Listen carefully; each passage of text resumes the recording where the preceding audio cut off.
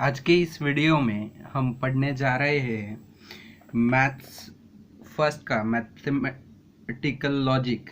इस चैप्टर का एक महत्वपूर्ण टॉपिक जिसका नाम है simple and compound statements. Simple and compound statements. तो सबसे पहले अपन देखते हैं simple statement.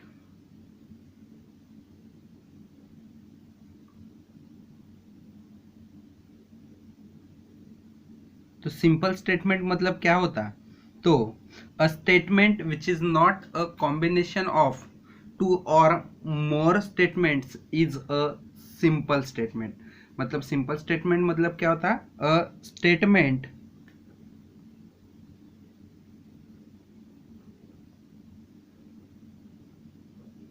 which is not a combination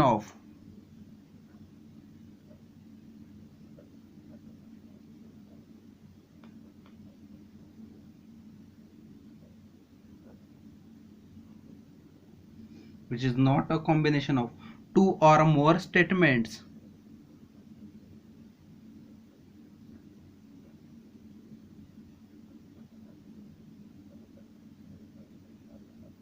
is a simple statement.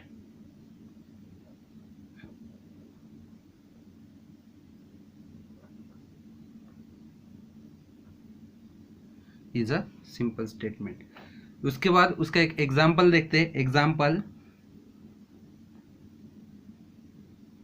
3 is a prime number. Second example देखते हैं। Paris is the capital of France.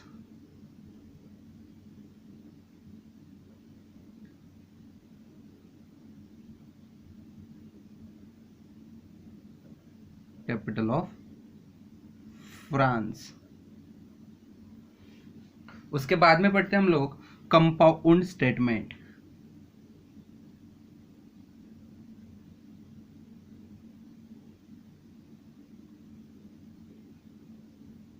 तो compound statement मतलब क्या होता है?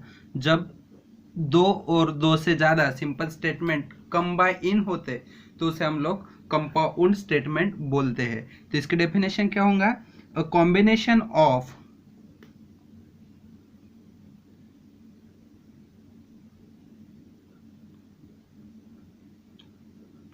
टू और more than to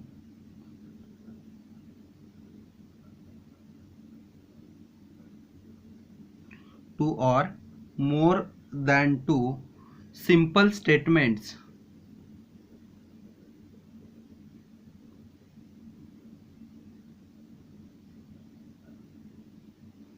is called compound statement.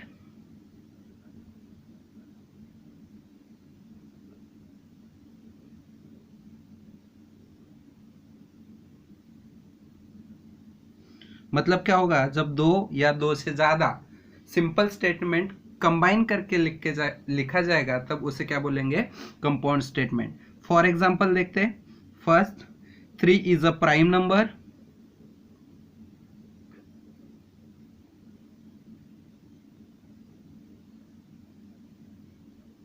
and 4 is an even number.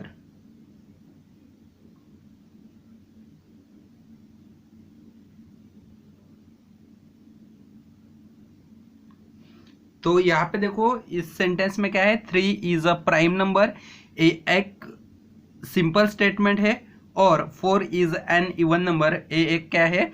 Simple statement है। दोनों को एंड इस कनेक्टिव से कनेक्ट करके कंबाइन करके एक कंपाउंड स्टेटमेंट बनाया गया है। वैसा ही दूसरा एग्जांपल देखते हैं। मैंगो इज अ फ्रूट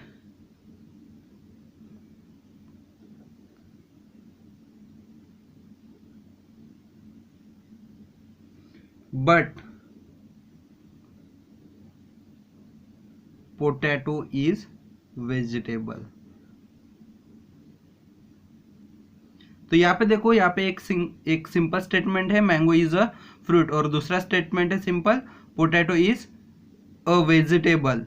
बराबर है। तो ये दो सिंपल स्टेटमेंट को बट इस कनेक्टिव से क्या किया गया, कंबाइन किया गया और एक ही सेंटेंस बनाया गया जिसे हम कंपाउंड स्टेटमेंट बोलते हैं। तो ये डेफिनेशन हो गई सिंपल स्टेटमेंट और कंपाउंड स्टेटमेंट की।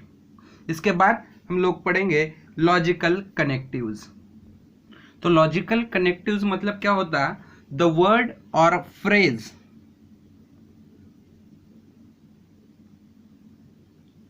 the words or phrases which connect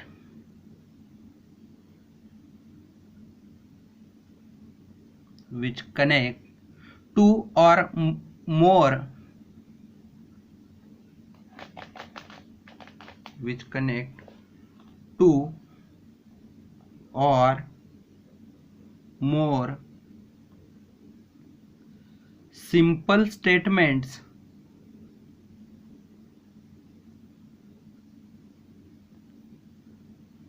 to form a compound statement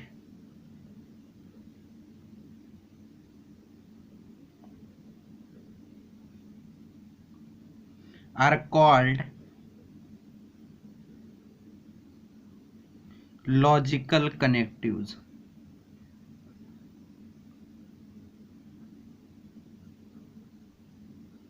मतलब लॉजिकल कनेक्टिव्स मतलब क्या, कि ऐसा कोई वर्ड और फ्रेज जो क्या करेगा, दो या दो से ज्यादा सिंपल स्टेटमेंट को कनेक्ट करके ये कंपाउंड स्टेटमेंट फॉर्म करेगा।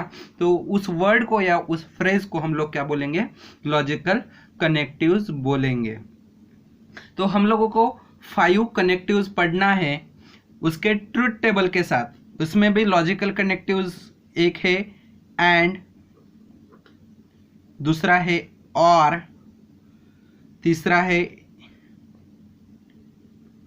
If then,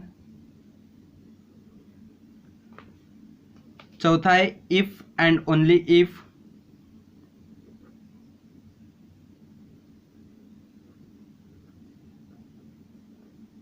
if and only if, और लास्ट वाला है फिफ्थ वाला नॉट। तो हम लोगों को कौन कौन से लॉजिकल कनेक्टिव्स पढ़ना है, and, or, if then, if and only if and not.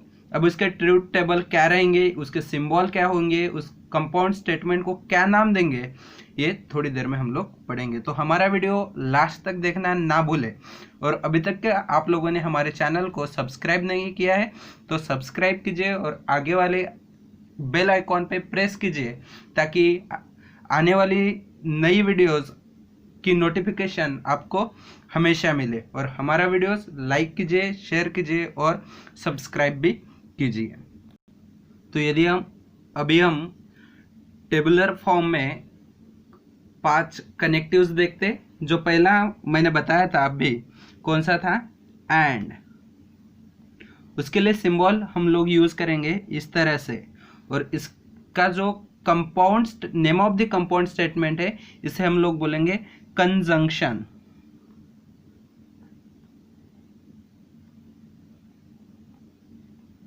Conjunction. दूसरा जो कनेक्टिव्स है वो है और,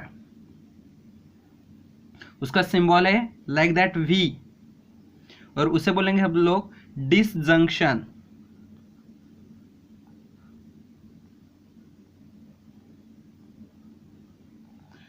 तीसरा है इफ देन, इसे एक तो सिंगल एरो, इस तरह से सिंगल एरो दिखा सकते हैं, इसे बोलेंगे हम कंडीशनल और इम्प्लीकेशन। कंडीशनल और इम्प्लीकेशन।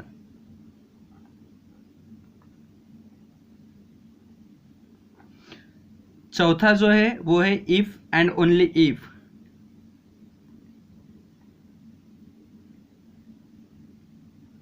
तो इसके लिए arrow both sided arrow use करेंगे इस तरह से, इसे बोलेंगे बाइकंडीशनल और डबल इम्प्लीकेशन, बाइकंडीशनल और डबल इम्प्लीकेशन।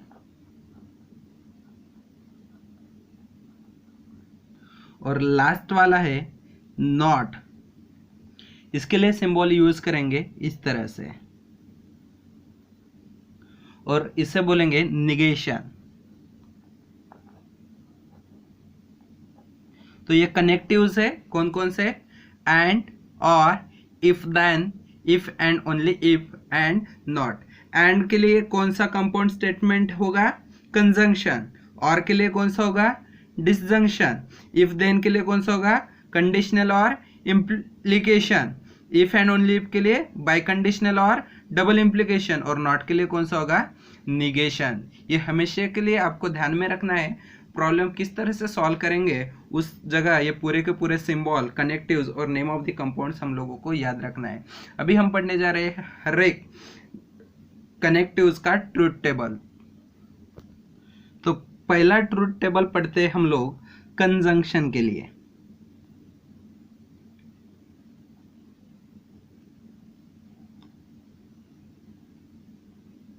अब कंजंक्शन का सिंबल कैसे रहता, तो ये इस तरह से सिंबल रहता। और इसके लिए कंजंक्शन के लिए कनेक्टिव कौन सा कनेक्टिव्स यूज करते हैं हम लोग, एंड। कौन सा कनेक्टिव्स यूज करता है, एंड। अब इसका ट्रूथ टेबल देखते हैं। ट्रूथ टेबल में क्या होगा, तो एक दो स्टेटमेंट रहेंगे, एक पी और दूसरा क्यू। और इसका कंजंक्शन क्या होगा, पी कंजंक्शन क्यू।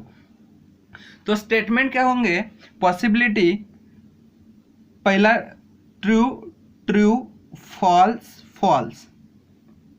और ये क्या होगा, ट्रू फॉल्स ट्रू फॉल्स। ऐसे हो सकते दो स्टेटमेंट, एक तो दोनों के दोनों बराबर हो सकते, नहीं तो फिर पहला बराबर दूसरा गलत हो सकता, नहीं तो फिर पहला गलत दूसरा बराबर हो सकता, नहीं तो फिर दोनों के दोनों क्या हो सकते, फॉल्स हो सकते।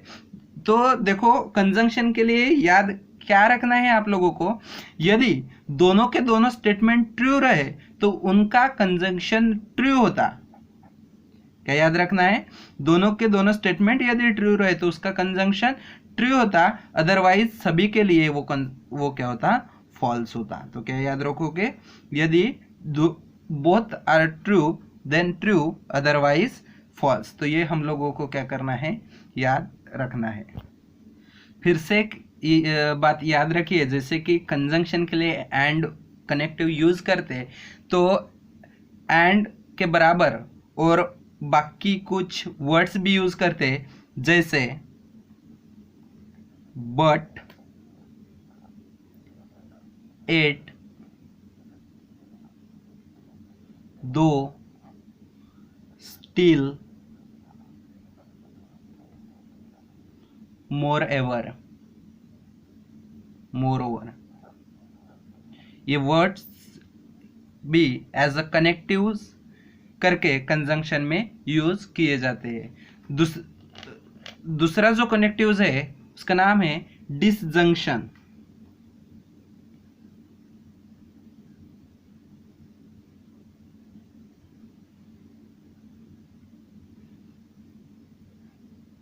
अब देखो डिसजंक्शन में पढ़ते वक्त उसका सिंबल कैसा है, एज अ वी। और कनेक्टिव कौन सा यूज करते हैं, और। कनेक्टिव कौन सा यूज करते, और। अब इसका ट्रूथ टेबल क्या होगा वो देखते हैं। तो देखो डिसजंक्शन में भी वही होगा, दो स्टेटमेंट रहेंगे, कौन से, पी और क्यू। और यहाँ पे क्या होगा, पी डिसजंक्शन क्यू। अब वही उसी तरह से दोनों के दोनों ट्रू रहेंगे, नहीं तो फिर पहला ट्रू दूसरा फॉल्स रहेगा, नहीं तो फिर पहला फॉल्स दूसरा ट्रू रहेगा, नहीं तो फिर दोनों के दोनों क्या रहेंगे, फॉल्स रहेंगे। अब देखो डिसजंक्शन में क्या होता कि both statements are false then the disjunction false, otherwise true. तो यहां पे क्या याद रखोगे, यदि दोनों के दोनों स्टेटमेंट यदि फॉल्स है डिसजंक्शन में, तो फिर उसके लिए क्या आएगा डिसजंक्शन, फॉल्स आएगा, अदरवाइज सभी के लिए क्या आएगा, ट्रू आएगा। तीसरा जो कनेक्टिव्स है वो है कंडीशनल और इम्प्लीकेशन। थर्ड लिखता हूं मैं यहाँ पे इम्प्लीकेशन।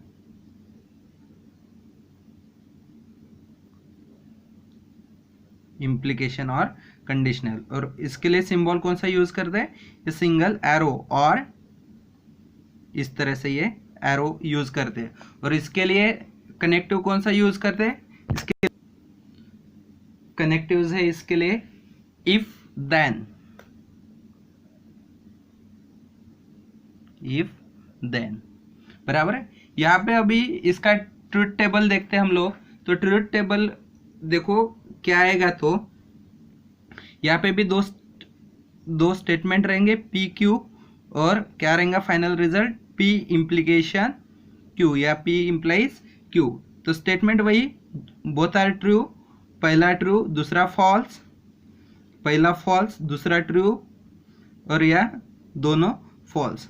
तो इम्प्लीकेशन में हम लोगों को याद रखना है, यदि पहला ट्रू और दूसरा फॉल्स रहता, क्या पहला ट्रू और दूसरा फॉल्स रहता तो इम्प्लीकेशन फॉल्स आता, अदरवाइज सभी के लिए ट्रू आता। क्या याद रखना है हम लोगों को, यदि पहला स्टेटमेंट ट्रू और सेकंड स्टेटमेंट यदि फॉल्स आता तो रिजल्ट फॉल्स आता, अदरवाइज सभी के लिए रिजल्ट क्या आता, ट्रू आता। इस तरह से हम लोगों को याद रखना है। और जिस तरह से यहाँ पे कनेक्टिव्स इफ देन यूज करते, तो वहां पे पढ़ते वक्त क्या पढ़ेंगे हम लोग, इसे P इम्प्लाइज Q, क्या पढ़ेंगे, P इम्प्लाइज Q। इसके साथ साथ हम लोग इसे इस तरह से भी पढ़ सकते हैं Q व्हेनेवर P, क्या पढ़ सकते हैं, Q व्हेनेवर P। नहीं तो फिर ऐसा भी पढ़ सकते हैं P is sufficient for Q। दूसरा पढ़ सकते हैं Q फॉलोज फ्रॉम P। उसके बाद पढ़ सकते हैं इफ P देन Q, और ऐसा भी पढ़ सकते हैं P ओनली इफ Q। तो हम लोग ज्यादा ध्यान में नहीं रखते, बस इतना ही पढ़ते हैं P इम्प्लाइज Q, ऐसा हम लोग इसके बाद पढ़ेंगे। अब नेक्स्ट देखते connective if and only if. अब देखो इसको क्या लिखते हैं, बाय कंडीशनल।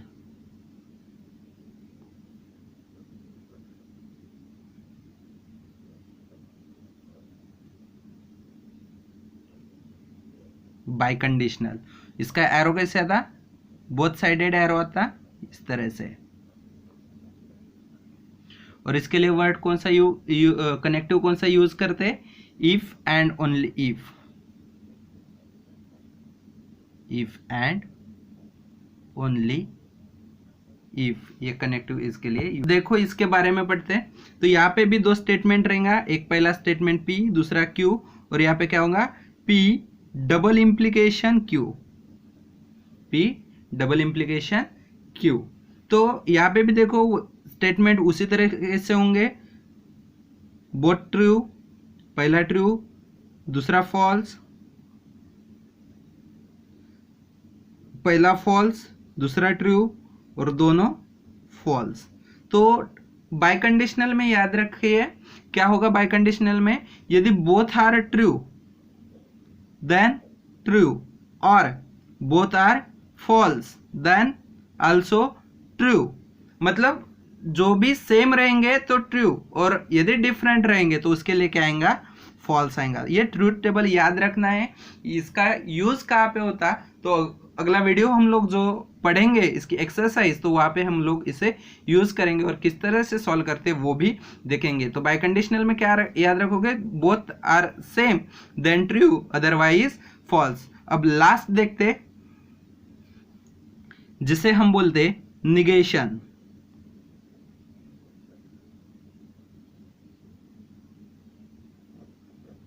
निगेशन का सिंबल इस तरह से रहता, और इसके लिए कनेक्टिव यूज करते नॉट। यहाँ पे एक ही स्टेटमेंट रहेगा P, यहाँ पे स्टेटमेंट एक ही रहेगा, बराबर है। अब एक ही स्टेटमेंट रहेगा तो इसका निगेशन P होगा। यदि वो स्टेटमेंट ट्रू रहता या फॉल्स रहेगा, दो में से एक ही रहेगा, बराबर। यदि ट्रू रहेगा तो निगेशन ऑफ P क्या होगा, फॉल्स होगा, और फॉल्स होगा तो क्या होगा, ट्रू होगा। फॉल्स होगा तो उसका निगेशन ऑफ पी क्या होगा, ट्रू होगा। तो इस तरह से हम लोगों ने बेसिक कंसेप्ट पढ़ लिया है यहाँ पे। अब इसका यूज़ कैसे करते हैं वो हम लोग अगले वीडियो में ज़रूर पढ़ेंगे, तो हमारा अगला वीडियो देखना ना भूलिए।